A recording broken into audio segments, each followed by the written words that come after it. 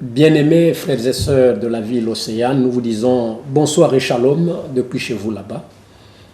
En écoutant le générique qui vient de s'afficher sur votre petit écran, vous avez compris que c'est l'heure de votre émission, l'Église primitive et le message. Pour cela, nous sommes très heureux d'être avec vous pour partager ce peu de temps qui nous est consacré autour de la parole de Dieu. Nous vous disons donc une fois de plus, shalom et bonnes conditions d'écoute depuis chez vous. Sur ce plateau, je suis avec votre humble serviteur, votre ami de tous les temps, le frère Urbain Goubili, prédicateur dans l'église primitive du Seigneur Yeshua Hamashiach, qui est dirigé par son humble serviteur, le pasteur Moya Akilas. Sur ce plateau donc, et ce soir, nous allons toujours continuer d'aborder le thème qu'on a commencé il y a cela 2 semaines, sinon plus, j'allais dire, au sujet du baptême du Saint-Esprit. La différence qui existe entre avoir le Saint-Esprit et être baptisé ou rempli du même esprit. Beaucoup de gens qui disent être chrétiens aujourd'hui, qui prêchent la parole de Dieu, qui fréquentent les églises, ont beaucoup de confusion autour de ce thème, qui est pourtant un thème biblique. La question ne se poserait pas en principe. Mais, comme vous pouvez le constater, bien-aimés frères et sœurs, c'est une question qui fait couler beaucoup d'encre dans les milieux des églises dites chrétiennes. Alors, l'église primitive, vu la charge qu'elle a reçue de la part du Seigneur, est comme condamnée de présenter la parole telle que le Seigneur l'a dite. C'est pourquoi, sans plus tarder, nous allons considérer une écriture. Parce que la Bible dit qu'au commencement était la parole, et la parole, c'est ça qui doit être la lumière du monde, comme ça l'a toujours été. Amen. Alors, dans le livre de Timothée, dans sa deuxième lettre, la deuxième lettre de l'apôtre Paul à Timothée, sinon aux croyants de tous les âges, il a été dit au chapitre 4, ceci: je t'en conjure devant Dieu et devant Jésus-Christ, qui doit juger les vivants et les morts, au nom de son avènement et de son royaume. Prêche la parole. Insiste en toute occasion favorable ou non. Reprend, censure, exhorte avec toute douceur et en instruisant. Pourquoi? Eh bien, le verset suivant va nous dire le pourquoi. Car il viendra un temps où les hommes ne supporteront pas la saine doctrine, mais ayant la démangeaison d'entendre des choses agréables, ils se donneront une foule de docteurs, c'est-à-dire des enseignants de la parole, selon leur propre désir, détournant l'oreille de la vérité et se tourneront vers les fables. Voilà donc, fidèles téléspectateurs et téléspectatrices, l'écriture qui va nous servir de support pour parler de la différence qu'il y a entre avoir le Saint-Esprit et être baptisé du Saint-Esprit. Vous allez dire, mais pourquoi revenir encore sur ce point? Mais vous avez lu l'écriture, ou du moins si vous avez entendu l'écriture, l'Esprit par Saint Paul disait déjà qu'il fallait insister. On ne peut insister que lorsqu'on remarque que les gens ont du mal ou ont des lacunes à comprendre un point de la parole qui est pourtant clair. Et pour qu'on tourne donc la page, il faut qu'on voie le changement, que les gens aient compris. Et tant que les gens n'auront pas compris, eh bien, la question demeure. Il faut insister pour que ceux qui sont aidables, ceux qui ont encore des zones d'ombre ici et là, par le fait d'insister, ils pourront être amenés à croire, à comprendre, à avoir la même vision que ce que dit la Bible. Voilà pourquoi, sans pourtant caporiser la parole, je vais donner la parole au frère Urbain qui est à ma gauche pour qu'il puisse introduire et le reste, vous allez suivre. Shalom bien-aimé. Shalom frère Benjamin. Avoir le Saint-Esprit et être baptisé du Saint-Esprit. Le thème revient encore pour le bénéfice de nos bien-aimés frères et sœurs qui nous suivent de l'autre côté. Qu'est-ce que vous nous avez amené encore de nouveau sur ce thème? Oui frère, nous voulons toujours répéter comme venait de dire l'apôtre Paul dans l'écriture que vous venez de lire. Il faut insister, nous allons toujours insister sur pour montrer à l'humanité, à nos frères et sœurs qui aiment cette émission et qui aiment aussi être corrigés et puis ramenés à la vérité, que avoir le Saint-Esprit, c'est lorsque tu reçois la parole de Dieu de votre temps, quand tu reçois un serviteur de Dieu qualifié ou bien reconnu par le Seigneur, mandaté par Dieu, quand vous le recevez, vous recevez aussi la parole que lui, il a portée de la part de Dieu, vous avez le Saint-Esprit, vous allez recevoir aussi le Saint-Esprit. Alors, pour ce qui est du baptême du Saint-Esprit, le baptême du Saint-Esprit ne peut pas tomber si longtemps que la personne ou bien le groupe n'a pas encore reçu la parole de votre temps ou bien de leur temps. C'est là où nous insistons que aujourd'hui, dans le temps où nous sommes, dans l'âge de la Odyssée, il n'y a pas quelqu'un qui est baptisé du Saint-Esprit, à commencer même ici à Pointe-Noire et partout ailleurs. C'est encore le temps où la parole que l'homme de Dieu, le prophète de l'âge, William Marion Branham, a portée, qui n'est autre que la pluie de la première saison, qui n'est autre que l'enseignement de la parole aujourd'hui. Et c'est ça que nous sommes en train de faire. Et c'est ça qui nous permet aujourd'hui de corriger les gens qui disent qu'ils sont baptisés du Saint-Esprit, en montrant ou bien en exhibant des miracles qu'ils sont en train de faire par-ci, par-là. Mais ça, ce n'est pas la preuve qu'ils sont baptisés du Saint-Esprit.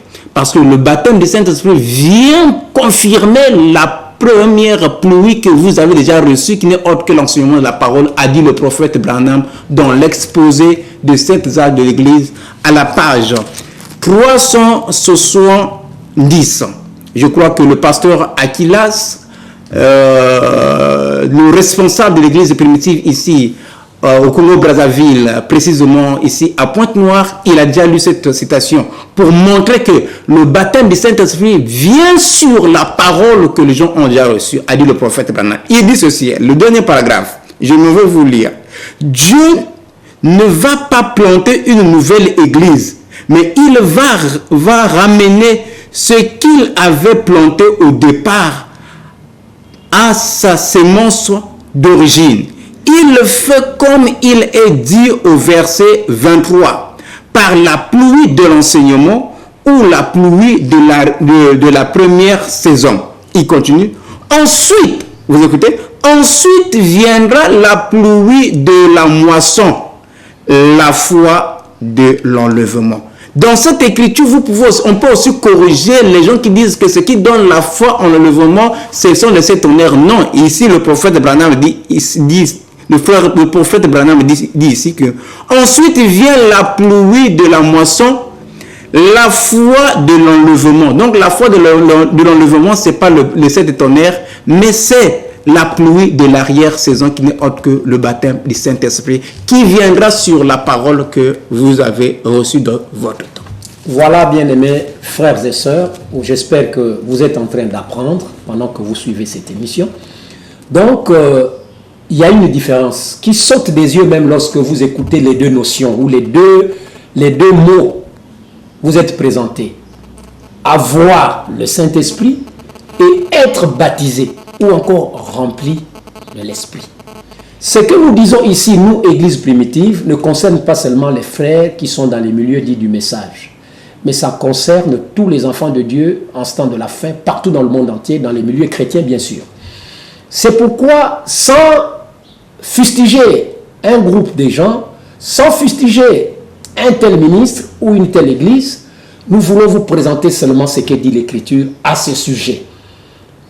Et pour nous, l'Écriture a été interprétée par une seule personne dans cette génération, comme venait de dire mon bien-aimé qui vient de me précéder. C'est William Marion Branham. Que vous le vouliez ou pas, c'est lui de l'homme que Dieu a choisi pour proclamer la parole en ce temps de la fin, ce temps qui précède le retour du Seigneur Yeshua HaMashiach, que les païens appellent le Seigneur Jésus-Christ.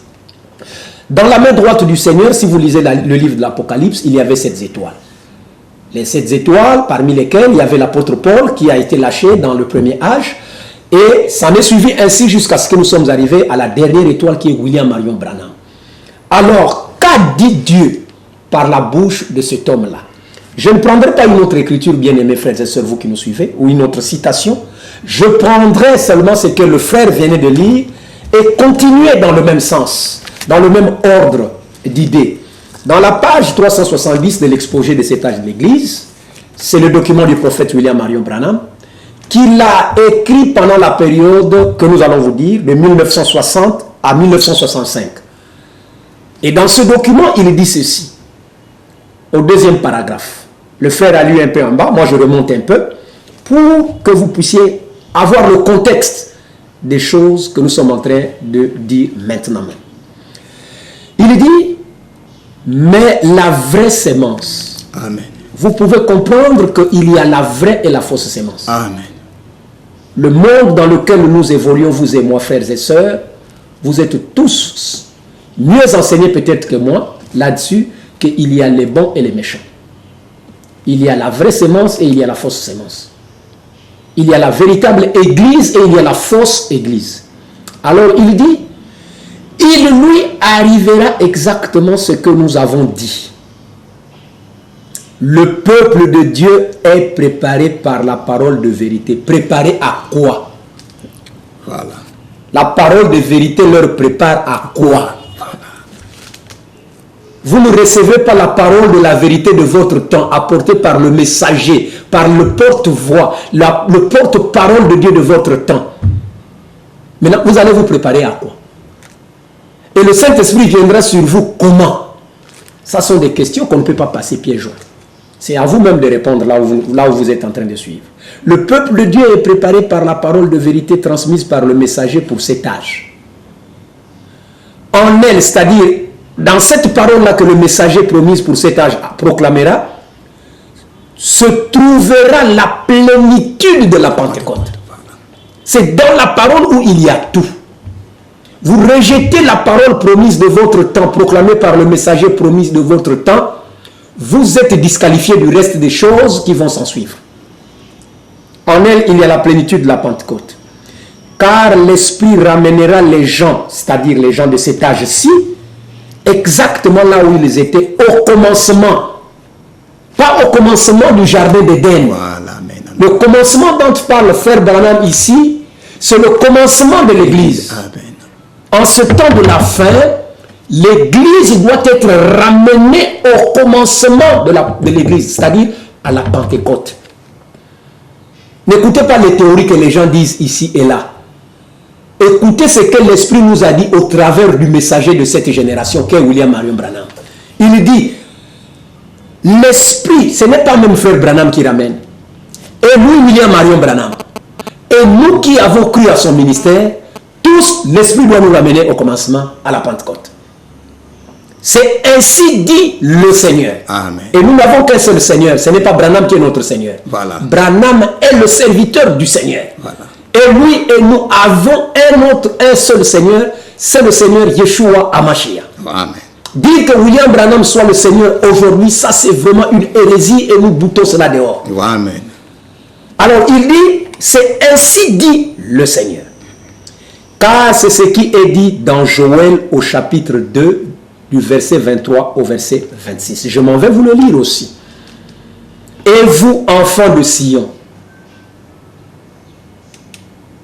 soyez dans l'allégresse et réjouissez-vous en l'Éternel votre Dieu, car il vous donnera la pluie en son temps. Voilà.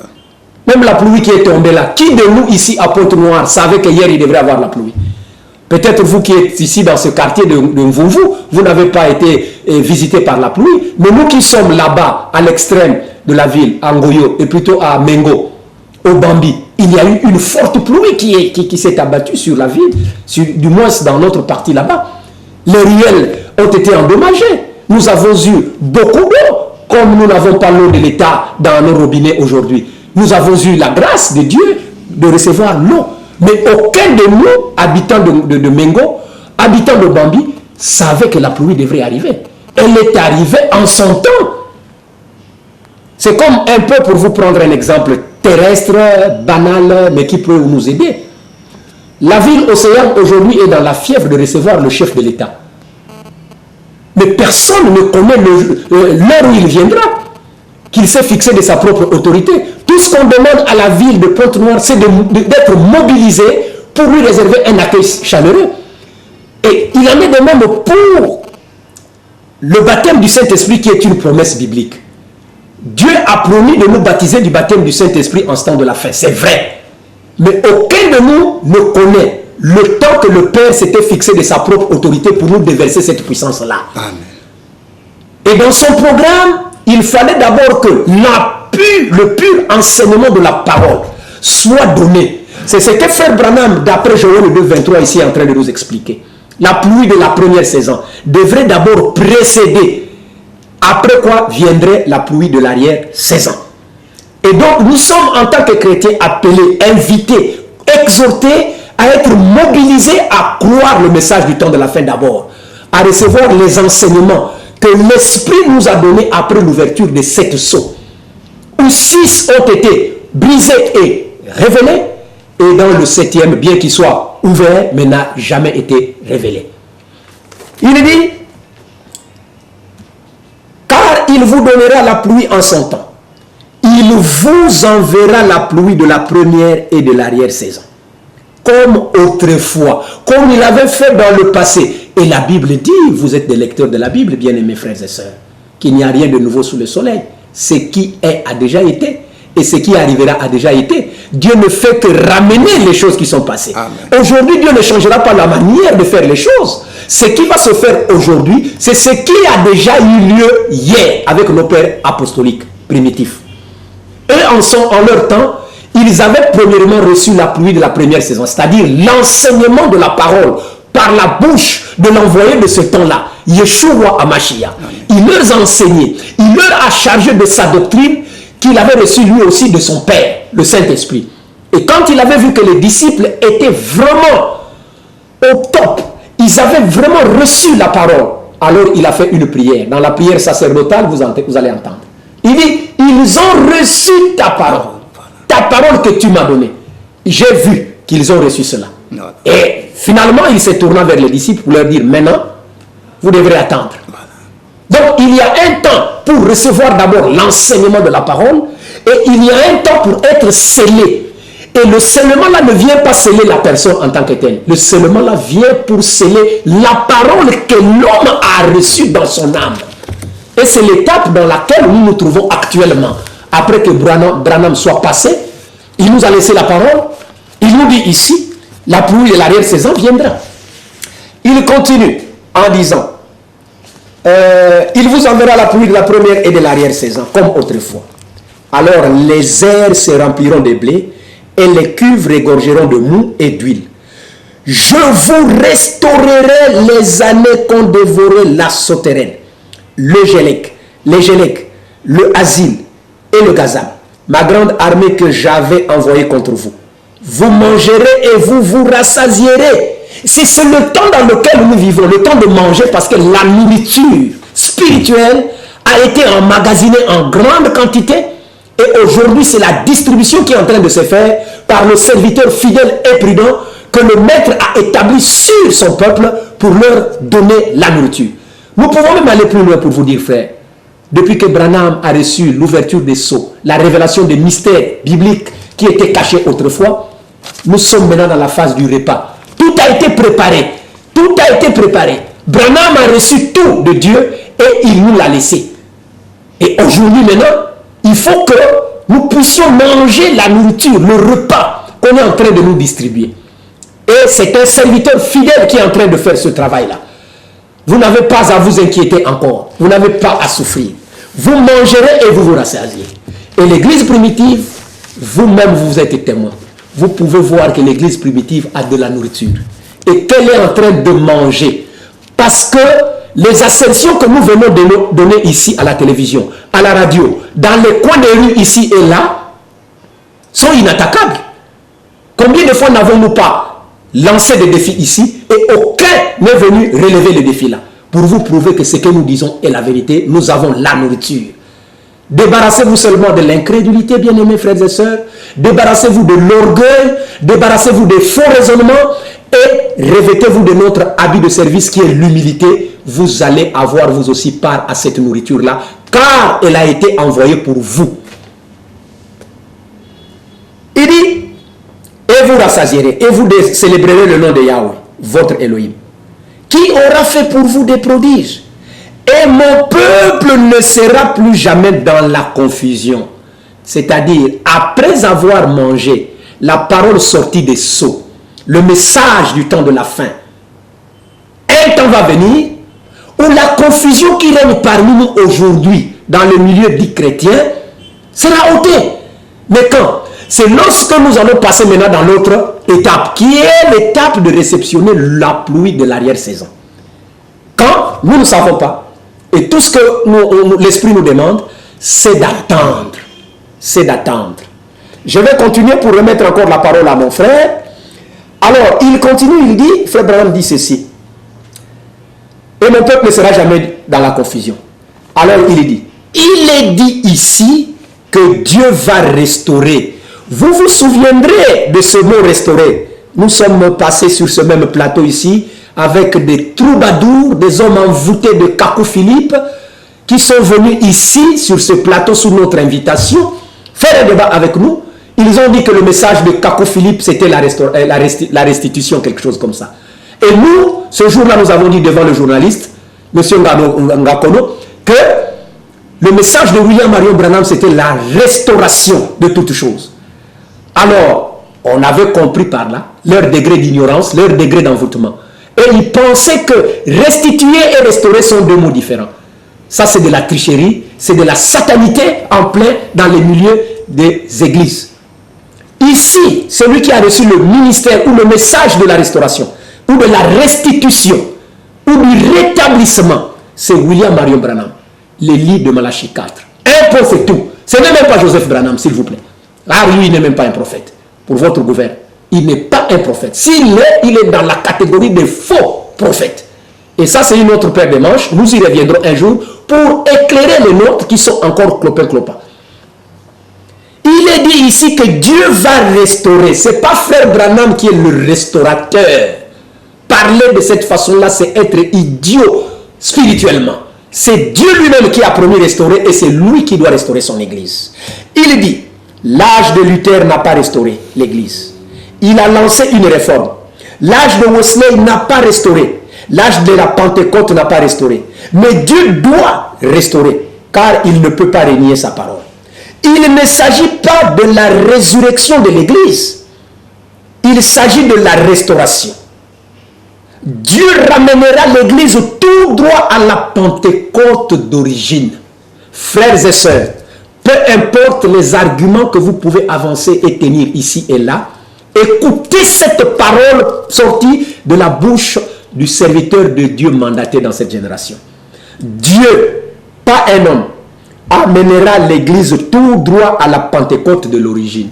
Et vous-même, vous savez qu'est-ce qui est arrivé lors de cette fête juive que les gens célébraient d'après la loi de Moïse. Dieu a profité de ce grand rassemblement-là pour montrer aux yeux du monde entier, comme il avait montré aux yeux de Pierre, Jacques et Jean, qui était Yeshua, qui mangeait et buvait avec eux. Il a dit, celui-ci est mon fils bien-aimé en qui j'ai mis toute mon affection, écoutez-le. Et à la Pentecôte, le Seigneur avait profité de ce grand rassemblement-là aussi pour montrer aux yeux du peuple que c'est ce petit groupe que vous méprisez là, qui est mon groupe en réalité sur la face de la terre. C'est avec ce groupe-là que moi je demeure et que je travaille. Il est venu confirmer le groupe des méprisés. Comme vous méprisez l'église primitive aujourd'hui au temps de la fin, vos prédécesseurs avaient fait la même chose en ce temps-là. Mais écoutez, Dieu va vous confondre. Comme il avait confondu les Juifs en ce temps-là. Dieu vous montrera très bientôt que c'est avec l'église primitive en ce temps de la fin qu'il est en train de travailler, lorsqu'il lui donnera le scellement du baptême du Saint-Esprit. Il dit, Dieu ramènera l'église tout droit à la Pentecôte de l'origine. Or, remarquez au verset 25 de Joël 2, il est dit, pourquoi il nous faut une restauration? Il y a une raison, bien-aimé. Il y a une raison. C'est que la sauterelle, le gélec, le asile et le gazam ont tout dévoré, à part la racine et un petit bout de tige. Et on nous dit que tous ces insectes, en fait, ce sont un seul et même esprit à différents stades de son développement. C'est exact. Ils sont l'esprit de l'antichrist manifesté dans l'organisation, la dénomination et la fausse doctrine tout au long des âges. Et cette pauvre petite racine et 7 tiges vont être restaurées. Dieu ne va pas planter une nouvelle église, mais il va ramener ce qu'il avait planté au départ à sa sémence d'origine. Il le fait comme il est dit au verset 23 de Joël 2. Par la pluie de l'enseignement. Voilà le plan de Dieu, la démarche que le Seigneur est en train de suivre. La restauration que l'Esprit est en train de faire, ou avait promis de faire et qu'il est en train de faire aujourd'hui, se fait comme suit. D'abord, par la pluie de l'enseignement. Vous n'êtes même pas encore mieux enseigné de la parole que Dieu nous a révélée en ce temps de la fin. D'abord, vous ne connaissez même pas cette parole. C'est quoi? Vous pensez que le message, c'est avoir les brochures. Mais le pape au Vatican là-bas, et il a des bureaux, des bibliothèques, des brochures de William Marion Branham, pour votre information. Les prêtres catholiques que vous voyez ici, là, acquisiteurs et partout, et ils connaissent le message de William Branham. Bon, enfin, ils ont des documents de William Marion Branham. Mais on ne peut pas dire que les prêtres catholiques connaissent le message de William Marion Branham. Et ils détiennent ces documents pour contre-attaquer les enseignements que l'Esprit nous a donnés au travers de son humble serviteur. Même chose pour les assemblées dites éveillées, les pentecôtistes et même les bizingas. Ils ont les documents de William Marion Branham, mais ce n'est pas pour dire qu'ils ont reçu l'enseignement de l'Esprit que Dieu nous a donné par ce dernier. Donc la démarche, c'est celui-ci. Ça se fait par la pluie de l'enseignement ou la pluie de la première saison. Ensuite, ou après, viendra dans le futur, viendra la pluie de la moisson, la foi de l'enlèvement, comme a lu le frère Urbain Ngobili qui est sur ce plateau. Voilà donc, bien-aimé, ce qu'on pouvait ajouter sur ce que le frère venait de dire. Certainement qu'il a encore un mot à dire pour notre édification commune. Frère, vous pouvez parler. Oui, frère, pour appuyer encore sur ce que vous venez de dire, écoutez ce que le prophète William Marion Branham dit dans la parole parlée et la sémence originelle, pour montrer que le baptême du Saint-Esprit viendra sur la sémence qui n'est autre que la parole de Dieu de votre temps. C'est ça. Il dit ceci, à la page 113, le paragraphe 337. Si nous donnons toutes ces choses-là en détail, c'est pour que vous puissiez lire vous aussi pour être comme les croyants de Béret. Amen. Amen. Examinez, frères et sœurs, les citations que nous sommes en train de vous donner pour vous permettre, même vous qui fraudez en volant les brochures de William Branham en gardant dans des bureaux, comme a dit le frère Benjamin pour les prêtres catholiques, vous aussi lisez parce que vous aussi vous avez besoin d'avoir le salut. Lisez pour que vous puissiez comprendre que vous êtes dans le faux et que vous revenez sur le vrai chemin et repentez-vous pour que le Seigneur puisse vous accueillir et puisse être avec vous pour vous sauver. Amen, amen. Il dit ici, le prophète Branham dit ceci. Maintenant, voyez-vous pourquoi j'ai été animé d'un tel zèle pour ce qui est de l'espèce de sémence que j'ai plantée pour le corps. La pluie ne va pas tarder à tomber. Maintenant, je veux dire la vraie pluie. Et il faut qu'il y ait une sémence sur laquelle elle tombe. Et il dit, j'espère que je vivrai assez longtemps pour voir ça. C'est ça. Vous comprenez maintenant? L'Assemblée dit Amen. Pour appuyer encore toujours, il est dit ici, au paragraphe 442, il dit ceci. Nous sommes au temps de la fin. Les semences sont maintenant semées. La pluie de l'arrière-saison que nous appelons aujourd'hui le baptême du Saint-Esprit ne va pas tarder à venir. Donc, vous voyez que le prophète est clair. Même quand vous dites que vous avez déjà été baptisé du Saint-Esprit, vous en montrant les miracles que vous avez eu. Mais vous mentez, frères et sœurs. Regardez, si quelqu'un est déjà baptisé du Saint-Esprit, comparez votre baptême du Saint-Esprit avec le livre de Actes des Apôtres. Amen. Lisez ça, frère. Vous allez voir que le même baptême du Saint-Esprit que nous avons aujourd'hui, que vous dites que vous avez, est différent de ce qu'ils avaient. Or que c'est archi faux. Il fallait que le baptême du Saint-Esprit que les apôtres ont reçu soit aussi comme nous allons le recevoir. Vous allez voir, le prophète Branham dit, vous allez voir comment cela va se faire dans l'église. Comment l'église va faire? Je regarde, frère. Dans Actes des Apôtres, ici au chapitre 5, je crois, 5 ou 4, attendez que j'arrive là. ici. Apocalypse chapitre 5 et Actes des Apôtres au chapitre 5. Écoutez ce que la Bible dit de Anania et Saphira. Vous dites que vous êtes baptisés du Saint-Esprit. Mais à commencer par le pasteur, il ment. Comme Anania et Saphira, ils avaient menti devant la pierre qui était baptisée du Saint-Esprit. Vous avez vu ce qui était arrivé? Anania et Saphira sont tombés là, ils étaient morts enterrés.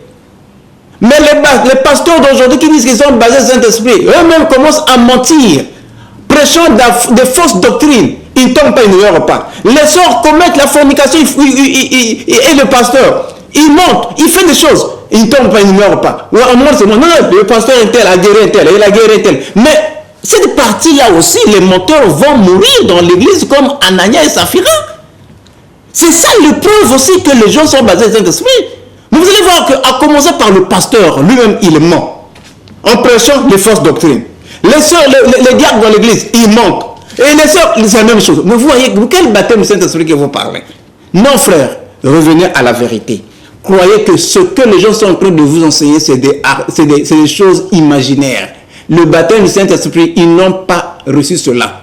Pour laisser la place aux frères parce que le temps presse, je m'en vais vous lire le prophète Branham dans Pourquoi je suis contre la religion organisée à la page 11. Et c'est ça le conseil que je dois vous donner, vous les frères et sœurs qui m'écoutez aujourd'hui. Écoutez, il dit ceci. Sortez du milieu au paragraphe 50. Pourquoi je suis contre la religion organisée. Page 11, le paragraphe 50. Il dit, sortez du milieu car il se dit, disons, vers il dirige vers la destruction, ainsi que tout ce qu'ils ont. Ils dirigent vers où? Vers la destruction. Avec tout ce qu'ils ont. Avec même les frères et les sœurs qui sont en train de suivre des feux là. Il parle ici de ce groupe qui était avec Moïse, mais que Moïse s'est séparé. Et qu'est-ce qui leur avait arrivé? C'était la mort. Parce que Moïse s'était séparé d'eux. Alors, Dieu les a frappés. Vous aussi, frères et sœurs, séparez de vous de ces faux pasteurs-là qui vous prêchent le mensonge que le baptême du Saint-Esprit est déjà tombé. Le baptême du Saint-Esprit n'est pas encore tombé. Recevez d'abord l'enseignement et venez à l'église primitive. Asseyez-vous pour que l'église primitive puisse vous enseigner. Et vous puissiez bien se préparer pour le baptême du Saint-Esprit qui va bientôt tomber, a dit le prophète William Branham. Parce que si vous êtes déjà basé sur le Saint-Esprit, alors les fraudeurs là, tous ceux qui disent les mensonges, comme dit la Bible ici, devaient mourir dans l'assemblée. Donc c'est ça qui prouve que les gens sont en train de mentir. Il y a même des sorciers dans les églises, il y a des magiciens et toutes ces choses-là. C'est pour montrer qu'ils ne sont pas encore baptisés de Saint-Esprit. Sortez du milieu d'eux, mon frère, mes frères et sœurs. Revenez à la vérité. Le Seigneur est en train de vous appeler pour que lui puisse vous sanctifier, puisqu'il est là pour vous sauver. C'est le temps maintenant de revenir à la vérité. Frères et sœurs, voilà ce que je tenais peut-être à vous dire pour que le frère Benjamin sur ce plateau puisse encore peut-être vous ajouter quelque chose pour votre salut. Oui, on va ajouter quelque chose toujours dans le but d'aider nos frères et sœurs. Vous voyez vous-même que ce n'est pas un péché de rejeter l'erreur pour ne garder que ce qui est juste ou ce qui est vrai. C'est même une recommandation du Seigneur. Vous avez été séduits, vous avez été embrouillés par les embrouillés eux-mêmes, parce qu'il est dit, si un aveugle conduit un aveugle, mais tous les deux vont tomber dans le même trou. Alors le Seigneur, vous connaissant, dès avant la fondation du monde, par notre bouche, est en train de vous tendre la main dans la simplicité. Donc, quitte à vous de discerner quelle est la voie qui est en train de vous parvenir actuellement.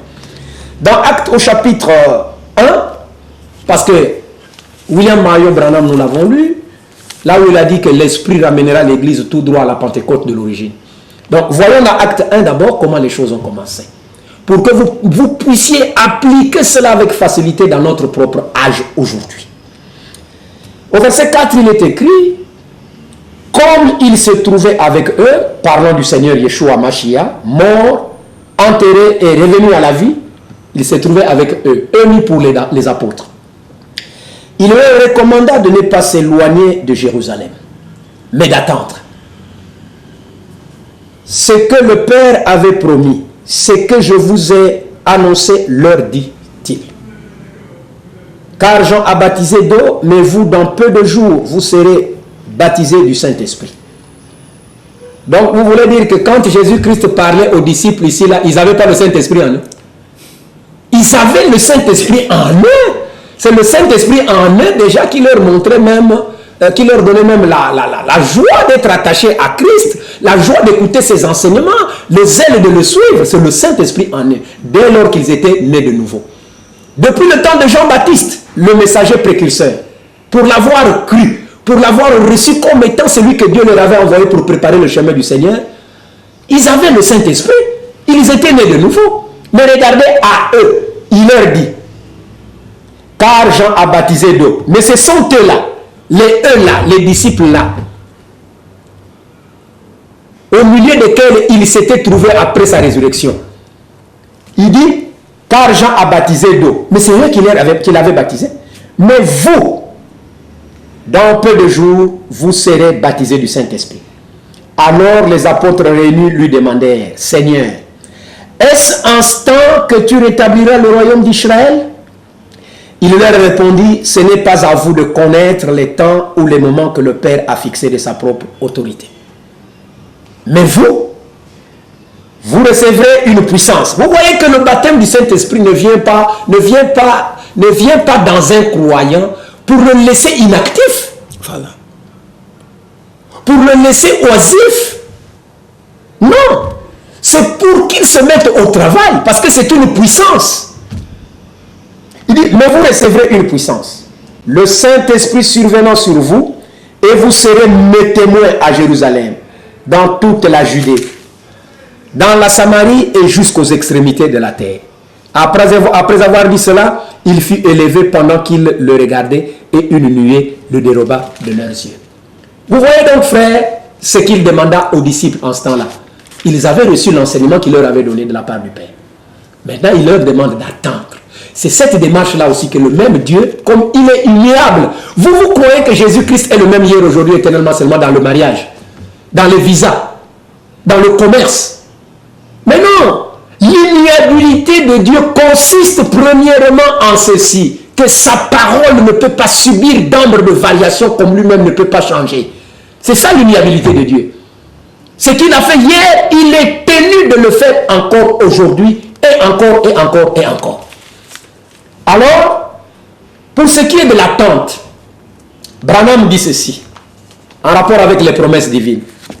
Toujours dans la parole parlée, la sémence originelle que le frère vient de nous proposer ici. Moi aussi, je vais prendre la même brochure, le même document, pour vous donner encore quelque chose là-dessus. À la page 84, au paragraphe 127. Parole parlée, sémence originelle, page 84, au paragraphe 127. L'homme de Dieu dit ceci.